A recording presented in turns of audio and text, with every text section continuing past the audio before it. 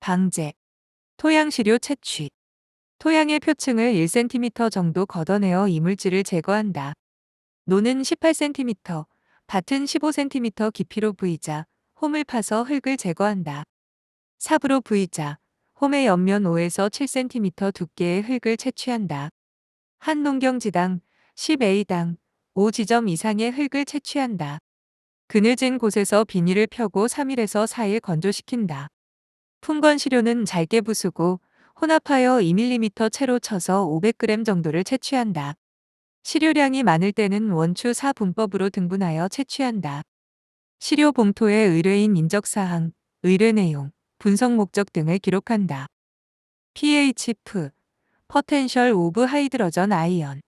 토양의 반응은 프로 표시한다.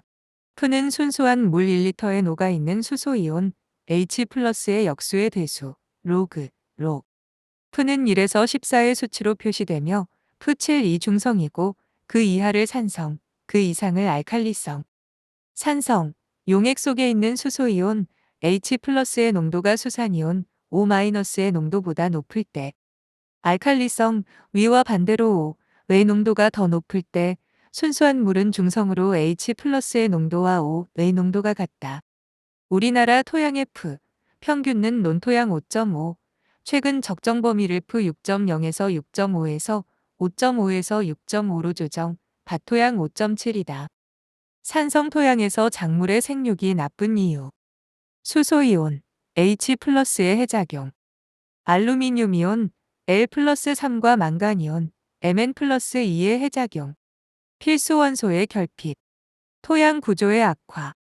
유용 미생물의 활동 저해. 토양 산성화의 원인.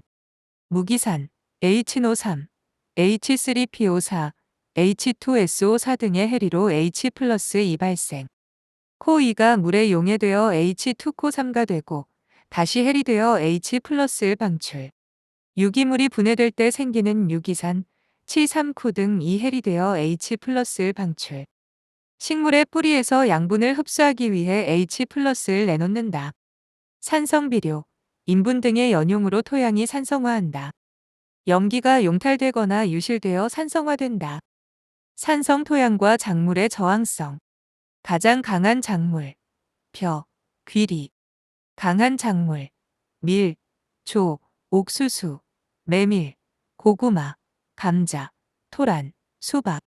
조금 강한 작물, 무, 토마토, 잠두, 피. 약한 작물, 고추, 가지, 쌀보리, 완두, 당근, 우엉, 파.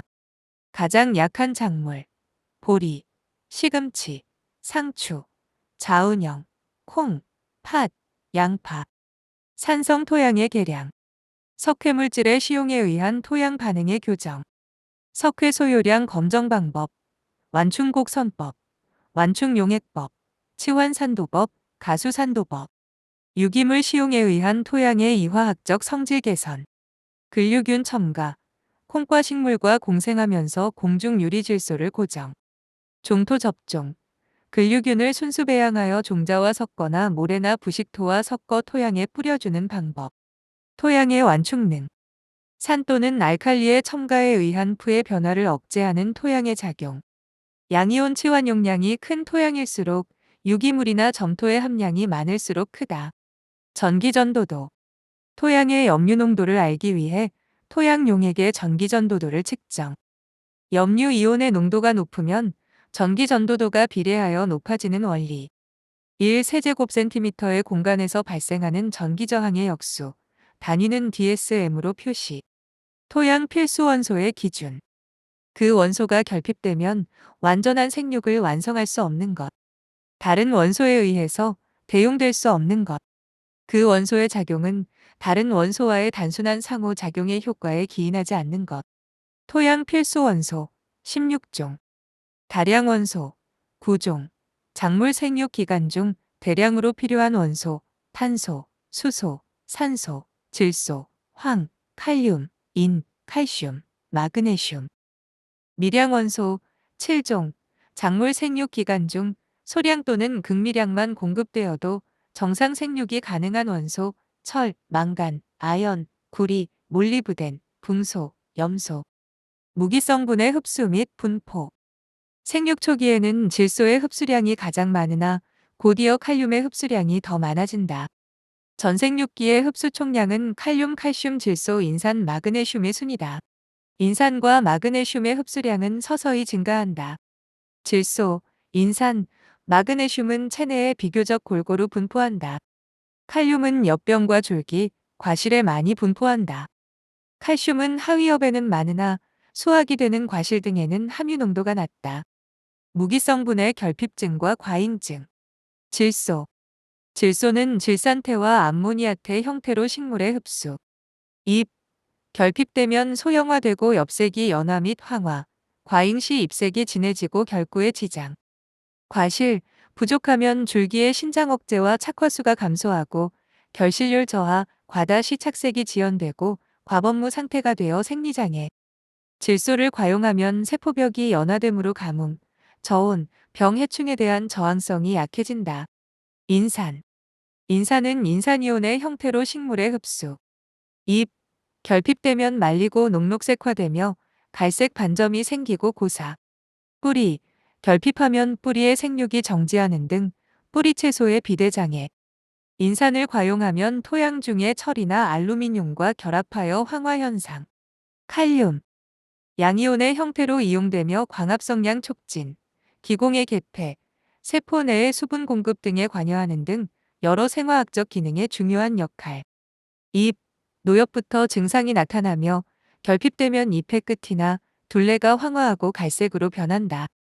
뿌리, 고구마의 양분이 지압으로 이동하는 것을 촉진하여 덩이 뿌리가 굵어지는 것을 좋게 한다. 과실, 결핍되면 비대가 불량할 뿐만 아니라 형상과 품질이 나빠진다. 칼륨을 과용하면 칼슘과 마그네슘의 흡수를 저해하여 결핍증. 칼슘, 세포막의 구성성분이며 잎의 함유량이 많다. 질소의 흡수를 돕고 알루미늄의 과잉 흡수를 억제. 결핍하면 생장점 등 분열 조직의 생장이 감퇴하며 토마토의 배꼽 썩은 병을 일으킨다. 규소, 필수 원소는 아니지만 벼보리 등의 함량이 높고 시용 효과가 뚜렷.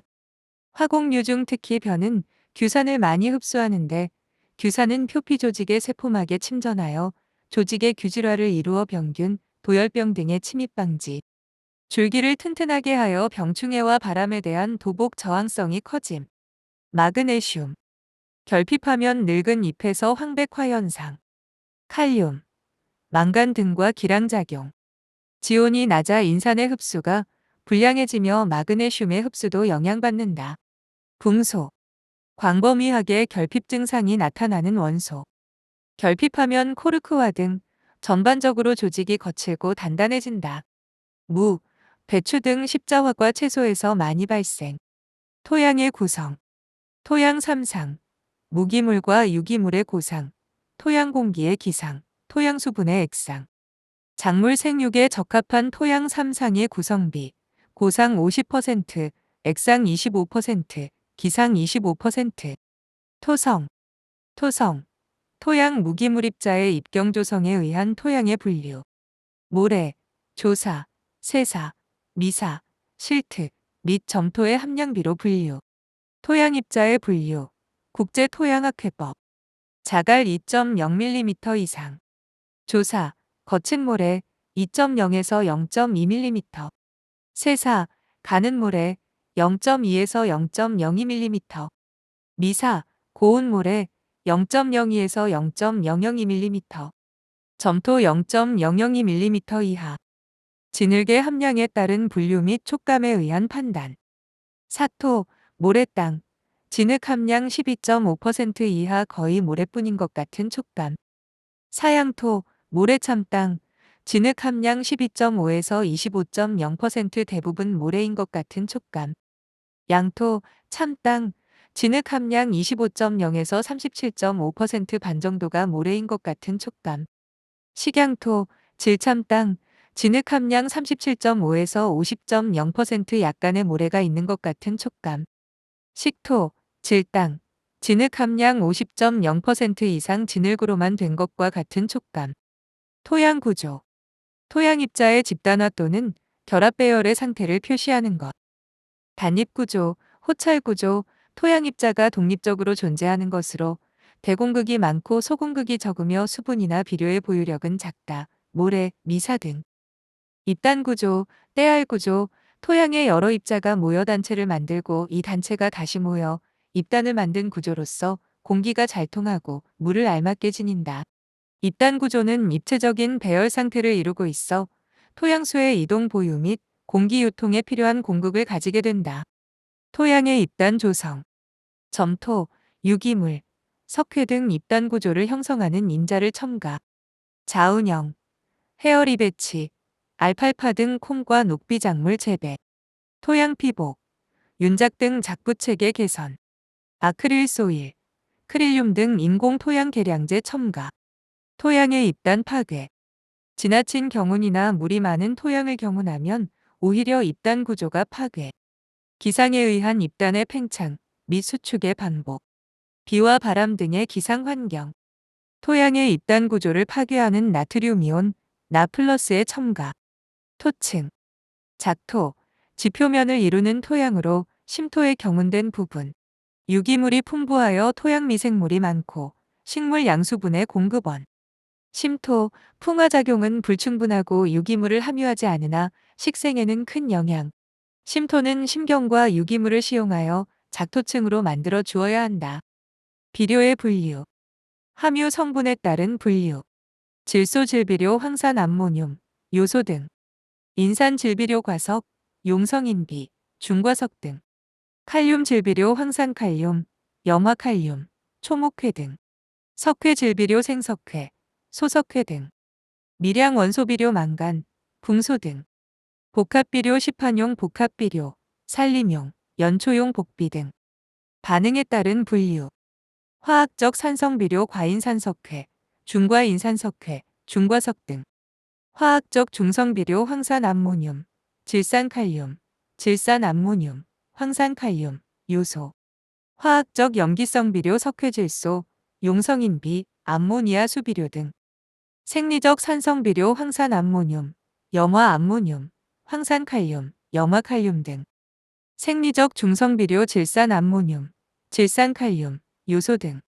생리적 염기성 비료 질산나트륨, 질산칼슘, 석회질소, 용성인비, 초목회, 효과에 따른 분류, 속효성 비료 황산암모늄, 염화칼륨 등 대개의 화학비료, 완효성 비료 석회질소, 깻목, 두엄 등, 비료의 특성 및 형태, 질소질비료의 특성 및 형태, 식물의 뿌리를 통하여 흡수되는 질소의 형태는 주로 암모늄태, NH4 플러스와 질산태, 노3 마이너스, 인산질비료의 특성 및 형태, 식물의 뿌리를 통하여 흡수되는 인산의 형태는 주로 H2PO4와 H4, 2, 칼슘질비료, 석회질비료의 특성 및 형태, 산성 토양의 개량, 염기 포화도 증가, 유기물 분해 촉진, 입단 구조의 발달, 토양 미생물의 활성화, 제염 효과, 비료의 이용률, 흡수율, 시용한 비료 성분량 중에서 작물이 흡수 이용한 양이 얼마인기를 비율로 표시하는 것, 질소 30에서 50%, 칼륨 40에서 60%로 비교적 높고 인산이 10에서 20%로 가장 낮은 편. 비료의 이용률을 지배하는 요인. 비료의 화학적 형태. 12시기. 작물의 종류 및 품종. 토양의 화학적 조건. 무기질비료의 감정. 간이 감정법. 흡습성. 수용성. 반응. 색깔과 모양. 냄새와 맛. 화학적 작용. 12상의 유의점. 퇴비 깻목 등 지효성 또는 완효성 비료는 주로 기비로 준다. 인산 칼륨 석회질 비료는 주로 기비로 준다. 요소 등의 속효성 질소 비료는 생육기간이 극히 짧은 작물을 제외하고는 분시한다.